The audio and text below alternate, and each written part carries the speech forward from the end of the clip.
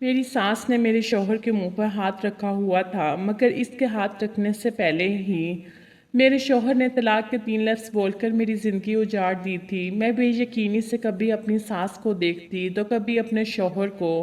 وہ دونوں ہی مجھ پر جان چھڑکتے تھے۔ میری ساس نے کبھی مجھے کسی بات پر طعنہ نہیں دیا تھا اور نہ ہی میرے خلاف کوئی بات کی تھی، مگر آج وہ بھی بے بس تھی، کیونکہ میرا شوہر وہ جملے ادا کر چکا تھا جو کسی بھی عورت کے دامن پر ساری زندگی کے لیے داغ بن جاتے ہیں۔ میں آنکھیں پھاڑے اپنے شوہر کو دیکھ رہی تھی جو میرے سامنے کھڑا مجھ پر قیامت ڈھا چکا تھا، اور پھر جب وہ کمرے سے نکل کر جانے لگا تو میں نے بھاگ کر اسے پیچھے سے پکڑ لیا تھا۔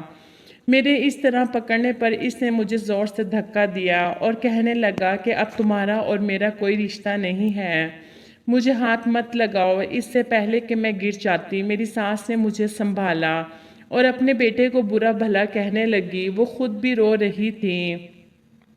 اسے بھی یقین نہیں آ رہا تھا کہ میرے شوہر نے ایسی حرکت کی ہے۔ میرا شوہر کمرے سے نکل کر چلا گیا تھا اور میں سکتہ کے عالم میں یہ سمجھنے کی کوشش کر رہی تھی کہ اچانک یہ سب کیا ہو گیا ہے۔ میں چکرا کر اپنی ساس کے بازوؤں میں ہی جھول گئی۔ انہوں نے مجھے بستر پر بٹھایا، میرے چہرے پر پانی مارا اور مجھے سینے سے لگا لیا۔ ان کی قربت ملی تو میں زاروں قطار رونے لگی۔ یہ رونا شاید زندگی بھر کے لیے میرے نصیب میں لکھا جا چکا تھا۔ میں نے ہکلاتے ہوئے اپنی ساس سے کہا کہ امی، آپ نے سنا کہ سچ میں انور مجھے طلاق دے گئے ہیں؟ مجھے یقین نہیں آ رہا کہ وہ میرے ساتھ ایسا کیسے کر سکتے ہیں۔ میں نے 5 سال ان کی خدمت کی ہے، اپنی زندگی کے 5 سال ان کے نام کیے ہیں، اور وہ آج کتنے اچانک سے مجھے طلاق کے 3 لفظ کہہ کر ہمیشہ کے لیے میری زندگی برباد کر کے چلے گئے ہیں۔ انور تو ہمیشہ یہی کہا کرتے تھے وہ آخری سانس تک میرے ساتھ رہیں گے۔ انہیں تو کبھی اس بات سے کوئی فرق نہیں پڑا کہ ہمارے بچے نہیں ہیں، تو پھر آج کیوں انہوں نے مجھ پر یہ ظلم کیا ہے؟ میری ساس نے میرے آنسو پونچھے اور کہنے لگی کہ بیٹی، مجھے بھی نہیں پتا انور کو یہ کیا ہو گیا ہے، اس نے یہ حرکت کیوں کی ہے۔ وہ تو خود تم سے بہت محبت کرتا تھا، پھر تمہیں کیسے طلاق دے گیا؟ میں تو خود تم سے نظریں نہیں ملا پا رہی ہوں۔ میرے بیٹے نے جو کیا ہے میں کسی بھی طرح اسے ٹھیک نہیں کر سکتی۔ اس دنیا میں بہت سے لوگ بے اولاد ہوتے ہیں، لیکن اس کا مطلب تو یہ نہیں کہ رشتے ختم کر دیے جائیں۔ میں اور میری ساس کئی گھنٹوں ایک دوسرے سے لگ کر روتے رہے، لیکن اب اس رونے سے کچھ حاصل تو نہیں ہونے والا تھا۔ بالآخر میں نے اپنا کوئی ضروری سامان باندھا اور ایک آخری نظر گھر پر ڈالی۔ یہ گھر نہیں، ایک محل تھا۔ انور بہت ہی امیر تھا، یہاں کسی چیز کی کوئی بھی کمی نہیں تھی، لیکن اگر کوئی کمی تھی وہ اولاد کی تھی۔ میں اپنے خوابوں کی کرچیاں سمیٹے ہوئے واپس اپنے گھر چلی آئی۔ واپسی کا یہ سفر بہت اذیت ناک تھا۔ رہ رہ کر ایک ایک یاد مجھے ڈس رہی تھی۔ 5 سال بہت اہمیت رکھتے ہیں۔ میں نے اپنی زندگی کے 5 سال انور کو اور اس کے گھر کو دیے تھے۔ میری چھوٹی سے چھوٹی بات انور سے جڑی تھی، میں چاہ کر بھی اسے اپنے دل سے نہیں نکال سکتی تھی۔ جب میں اپنے گھر کے دروازے پر پہنچی تو میری حالت بہت زیادہ خراب ہو گئی تھی۔ مجھے تو یہ تک نہیں پتا چلا کہ کب میری ساس نے مجھے گاڑی میں بٹھایا اور کیسے میرا ڈرائیور مجھے یہاں تک چھوڑ گیا ہے۔ ماں نے مجھے دروازے پر اس طرح دیکھا تو کچھ حیران ہوئی اور کہنے لگی، کیا ہوا ہے؟ تم سامان لے کر کیوں آئی ہو؟ خیر تو ہے نا؟ میں نے روتے ہوئے اپنی ماں کو بتایا کہ اماں، میری طلاق ہو گئی ہے، انور نے مجھے اپنی زندگی سے نکال دیا ہے۔ یہ سن کر اماں کے چہرے پہ نہ کوئی رنگ آیا تھا اور نہ ہی اسے کوئی حیرانی ہوئی۔ وہ بس خاموشی سے مجھے دیکھ رہی تھی، جیسے میں نے انہیں کوئی نارمل سی بات بتائی ہو۔ البتہ میرے چھوٹے بھائی کو بہت صدمہ ہوا تھا۔ وہ میرے پاس آیا، مجھے کمرے میں لے گیا، پانی پلایا اور ہمت دینے لگا۔ وہ مجھ سے کہہ رہا تھا کہ میں انور بھائی سے خود جواب مانگوں گا، وہ آپ کے ساتھ ایسے کیسے کر سکتے ہیں؟ اماں بھی پیچھے ہی چلی آئی تھی۔ بھائی کی بات سنتے ہی اماں نے سخت لہجے میں کہا کہ انور سے سوال جواب کرنے کی کوئی ضرورت نہیں ہے، اس نے جو کرنا تھا وہ کر چکا ہے، اب ہمارا اس سے کوئی تعلق نہیں۔ ویسے بھی میری بیٹی طاہرہ کو طلاق ہو چکی ہے اور طلاق کے بعد کسی قسم کی کوئی گنجائش ہی نہیں ہوتی ہے۔ تم انور سے جھگڑا کر کے کچھ حاصل نہیں کر سکو گے، وہ ہمارا تماشا بنائے گا۔ سب کو کہے گا کہ طاہرہ بانجھ تھی، اب میں کیا کرتی؟ ماں کے منہ سے ایسی بات سن کے مجھے سخت صدمہ پہنچا تھا۔ میری ماں مجھے اپنے منہ سے بانجھ کہہ رہی تھی، میں کسی غیر سے کیا امید کرتی؟ بھائی نے غصے سے اماں کو دیکھا تو اماں کہنے لگی، میں ٹھیک کہہ رہی ہوں، جب تم جا کر اس سے پوچھو گے کہ میری بہن کو طلاق کیوں دی ہے، تمہیں کیا لگتا ہے آگے سے وہ کیا جواب دے گا؟ کیا اس کے پاس اس کی کوئی وجہ نہیں ہوگی؟ اس نے تو پھر بھی تمہاری بہن کو 5 سال اپنے گھر میں رکھ لیا، ورنہ مرد تو پہلے ہی سال طلاق دے کر فارغ کر دیتے ہیں۔ انور کروڑ پتی آدمی ہے، اپنی ماں کا اکلوتا بیٹا ہے، اسے بھی تو اپنی جائیداد کے لیے کوئی وارث چاہیے، کب تک وہ خالی طاہرہ کی محبت سے دل بہلائے گا؟ اماں کے کڑک جملوں پر بھائی اٹھ کر کمرے سے نکل گیا تھا۔ اماں کہنے لگی کہ طاہرہ تمہیں میری بات بری لگی ہو، مگر یہی سچ ہے، مرد اولاد کے بغیر بیوی کا نہیں ہو سکتا۔ اولاد ہی ماں باپ کے پیروں کی زنجیر ہوتی ہے۔ کوئی بھی فیصلہ کرنے سے پہلے مرد اپنی اولاد کی شکل دیکھتا ہے، تم نے تو اس سے یہ خوشی ہی نہیں دی، پھر وہ تمہیں کیوں برداشت کرتا؟ اماں نے میرے سر پر ہاتھ رکھا اور کہنے لگی، طاہرہ جو ہونا تھا وہ ہو گیا ہے، اب تم اس بات کو قبول کر لو کہ تم اپنے شوہر کو اولاد نہیں دے سکی اور اسی وجہ سے اس نے تمہیں چھوڑا ہے۔ میں نے ایک نظر اٹھا کر اپنی ماں کو دیکھا جو حد سے زیادہ جوان اور خوبصورت تھی۔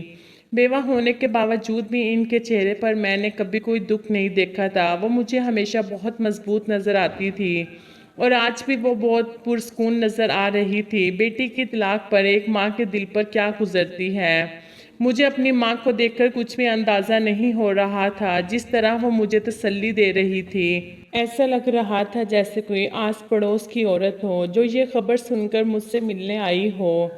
مجھے اپنی ماں سے کم از کم اس رویے کی امید ہرگز بھی نہ تھی۔ مجھے تو لگا تھا وہ جائے گی اور انور سے جھگڑا کرے گی کہ اس نے ایسا کیوں کیا ہے، لیکن اماں نے تو بڑے آرام سے مجھے ہی صبر کرنے کا کہہ دیا تھا۔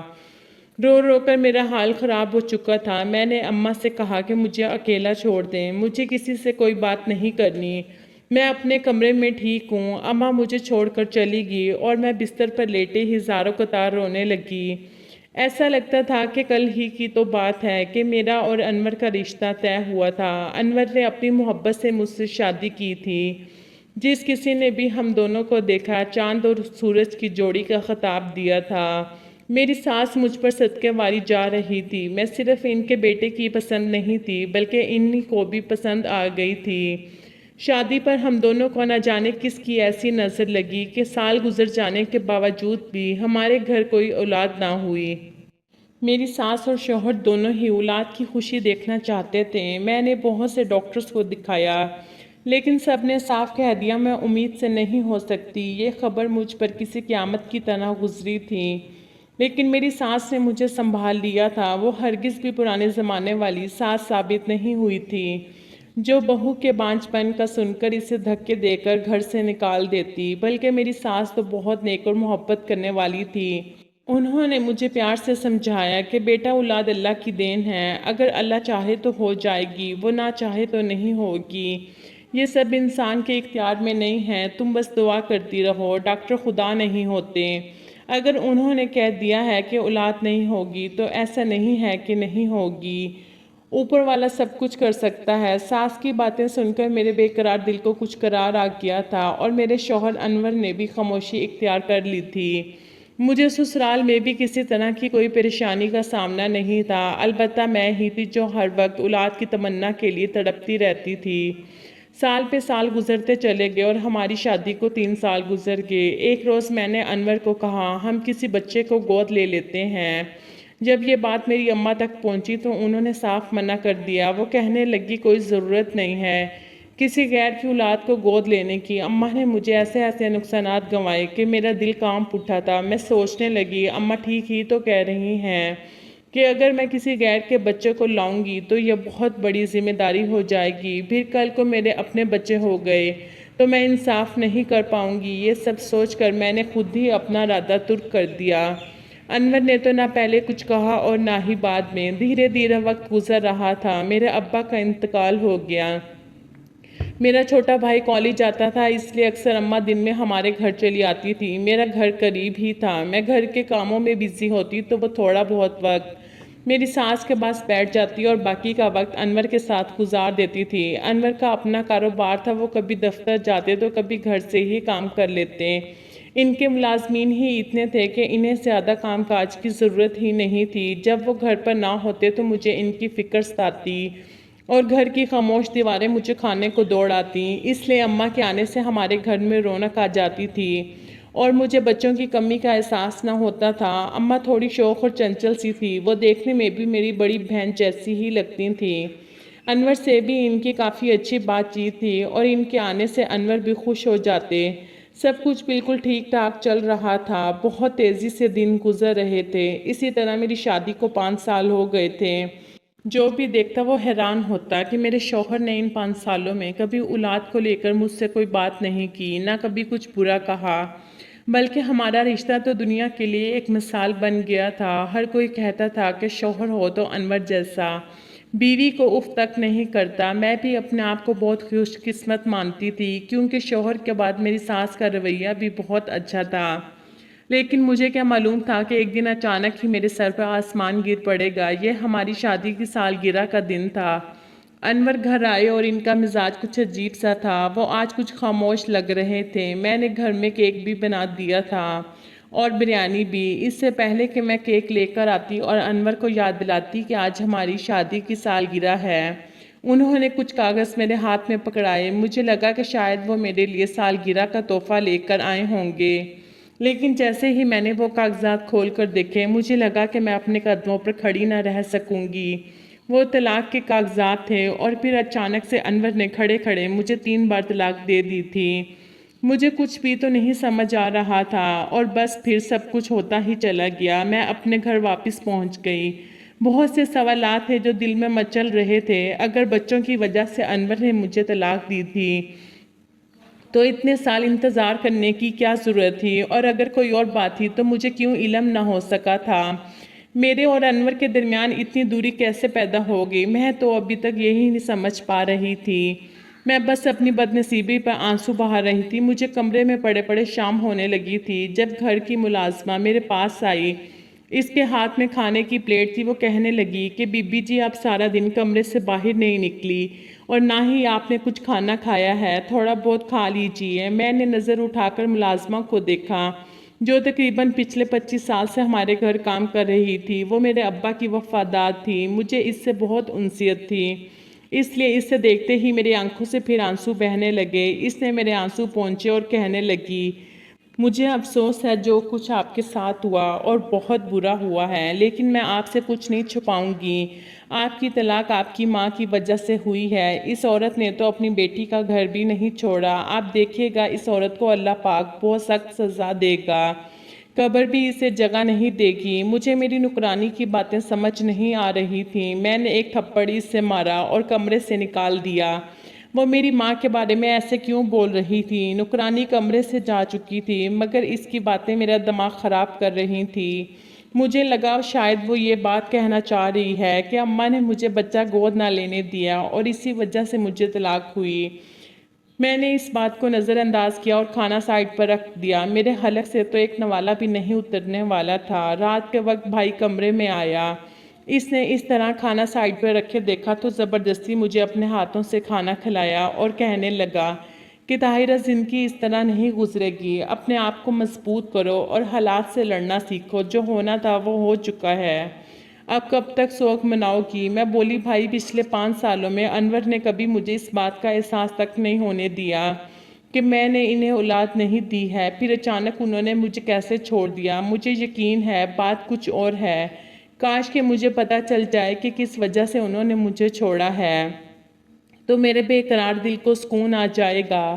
بھائی نے مجھے دلاسا دیا اور کہنے لگا آج نہیں تو کل تمہیں سب پتہ چل ہی جائے گا۔ بھائی نے مجھے اپنے ہاتھوں سے کھانا کھلایا اور نیند کی دوا دے کر چلے گئے۔ اگلی صبح میری آنکھ کھلی تو ایسا لگا جیسے میں نے رات کو کوئی بھیانک خواب دیکھا ہو، لیکن جب آس پاس نظر دوڑائی تو میں اپنے گھر کے ایک کمرے میں ہی تھی۔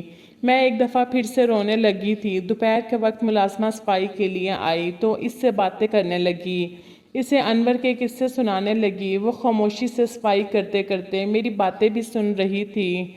جب صفائی مکمل ہوئی تو کہنے لگی کہ بی بی جی آپ کی ماں ہی آپ کی دشمن ہے، اسی نے آپ کو ڈسا ہے۔ مجھے آج غصہ آ گیا تھا، بھلا کوئی ماں اولاد کی دشمن کیسے ہو سکتی ہے؟ میں نے اس سے کہا کہ کیوں اماں کے بارے میں ایسی باتیں کہہ رہی ہو؟ میری اماں تو مجھ سے بہت محبت کرتی ہیں، اولاد ہونا نہ ہونا تو خدا کی طرف سے ہے۔ نکرانی کمرے سے جا چکی تھی، نہ جانے وہ کیا کہنا چاہتی تھی، کھل کر کہتی بھی نہیں تھی اور مجھے سمجھ بھی نہیں آتی تھی۔ ایسے ہی دن گزرتے چلے جا رہے تھے۔ ہماری نکرانی رجو جب بھی بات کرتی وہ کوئی نہ کوئی ایسی ہی بات کہتی، مجھے لگتا تھا کہ وہ پاگل ہو گئی ہے یا پھر میرا دماغ خراب کرنا چاہتی ہے۔ جیسے جیسے دن گزر رہے تھے میں کچھ بہتر ہوتی جا رہی تھی، دل اس حقیقت کو قبول کرنے لگا تھا۔ اب میں کمرے سے نکلتی تو یہ دیکھ کر حیران رہ جاتی کہ اماں سارا دن گھر سے باہر رہتی تھی۔ وہ کہاں جاتی تھی، کیا کرتی تھی مجھے نہیں معلوم تھا۔ میں پوچھتی تو کہتی کہ میرے گھر میں دل نہیں لگتا، پہلے تمہارے گھر چلی جایا کرتی تھی، اب تو تم خود یہیں آ کے بیٹھ گئی ہو، میں آس پڑوس میں دل لگا لیتی ہوں۔ میں اماں سے کہتی کہ میرے ساتھ وقت گزارے، مجھ سے باتیں کریں، میرا دل بہل جائے گا، لیکن اماں کو فرصت ہی نہیں تھی۔ مہینہ گزرا تو اماں کی طبیعت خراب ہو گئی، نہ جانے کس کے گھر سے کیا کھا کر آئی تھی جو الٹیاں رکنے کا نام ہی نہیں لے رہی تھی۔ بھائی اماں کو ہسپتال لے کر گیا۔ میں نے سوچا کہ اماں کے دھلے ہوئے کپڑے ان کی الماری میں رکھ دوں۔ رجو نے آج پتہ نہیں کیوں چھٹی کر لی اور گھر کے زیادہ تر کام میں نے ہی نمٹائے تھے۔ اماں کے دھلے ہوئے کپڑے ان کی الماری میں رکھنے لگی تو اچانک ہی میری نظر ایک ایسی چیز پر پڑی کہ میرے رونگٹے کھڑے ہو گئے۔ میں نے کانپتے ہاتھوں سے اس کاغذ کے ٹکڑے کو اٹھایا تو مجھے لگا کہ کسی نے میرے سر پر آسمان گرا دیا ہے۔ اگر یہ کاغذات میں نے اپنی آنکھوں سے نہ دیکھے ہوتے تو شاید میں مر کر بھی اس بات پر یقین نہ کر پاتی۔ میں ان کاغذات کو دوپٹے میں چھپائے کمرے سے باہر چلی آئی تھی کہ کچھ ہی دیر بعد اماں اور بھائی گھر لوٹے تھے۔ بھائی کے چہرے پر 12 بجے تھے، اماں بھی بہت خاموشی تھی۔ میں نے پوچھا کیا ہوا ہے؟ تب بھائی کہنے لگا یہ تم اماں سے پوچھو، ڈاکٹر کہہ رہا ہے کہ ہماری بیوہ ماں امید سے ہے اور بہت جلد ایک بچہ پیدا کرنے والی ہے۔ بھائی کی بات سن کر میں پرسکون بیٹھی تھی۔ میری اماں حیرت سے مجھے دیکھنے لگی اور بھائی بھی پوچھنے لگا طاہرہ کیا تمہیں حیرت نہیں ہو رہی؟ اماں پر غصہ نہیں آ رہا؟ میں نے نفی میں سر ہلایا اور وہ کاغذات ان کے آگے لہرا دیے جو میرے پاس تھے۔ وہ میری ماں کا نکاح نامہ تھا، وہ نکاح جو انہوں نے میرے شوہر انور کے ساتھ کیا تھا۔ بھائی کہنے لگا یہ کیا ہے؟ اماں کیسے انور کے ساتھ نکاح کر سکتی ہیں؟ جس آدمی نے آپ کی بیٹی کو طلاق دی آپ نے اس سے شادی رچا لی، آپ کیسی ماں ہیں؟ اماں خوشی سے کھڑی ہوگی اور کہنے لگی خبردار جو تم دونوں نے مجھے اماں کہا، میں تنگ آ گئی ہوں اتنے بڑے بڑے بچوں کے منہ سے ماں کا لفظ سن کر۔ میں کوئی عمر رسیدہ عورت نہیں ہوں، میری اور طاہرہ کی عمر میں کوئی 2-4 سال کا تو فرق ہوگا۔ تمہارے باپ نے میری غریبی کا فائدہ اٹھایا اور تم دونوں کی سگی ماں کے مرنے کے بعد مجھ سے شادی کر لی تھی۔ اس وقت میں 13 سال کی تھی جب دلہن بن کے اس گھر میں آئی اور تم 2 بچوں کی ذمہ داری میرے کندھوں پر آ گئی۔ آخر کب تک میں بیوگی کا لبادہ اوڑھ کر رکھوں گی؟ میں بھی سجنا سورنا چاہتی ہوں، خوش رہنا چاہتی ہوں۔ اس طاہرہ نے انور کو ہی دیا ہی کیا تھا، ایک بچہ تک تو دے نہ سکی۔ میں نے اپنی خوبصورتی اپنی محبت سے نہ صرف اس کا دل جیتا بلکہ اس نے مجھ سے شادی بھی کی ہے اور اب میں اسے اولاد کی خوشی بھی دینے والی ہوں اور جلدی انور مجھے یہاں سے لے جائے گا اور میں اس کے گھر میں راج کروں گی اور تم اپنی بہن کو خود سنبھال کے رکھو۔ ہماری استیلی اماں خوشی سے اپنے کمرے میں چلی گئی تھی اور دروازہ بند کر لیا تھا۔ بھائی مجھے دیکھ رہا تھا اور میں ہماری ماں کو ان کا یہ کون سا چہرہ تھا؟ بھلے ہی وہ استیلی تھی لیکن ہم نے انہیں سگی ماں کی طرح پیار کیا تھا۔ وہ جب بھی ہمارے گھر آتی تو میں انہیں سر آنکھوں پر بٹھاتی تھی لیکن مجھے معلوم نہیں تھا وہ میرے گھر کس نیت سے آتی ہیں۔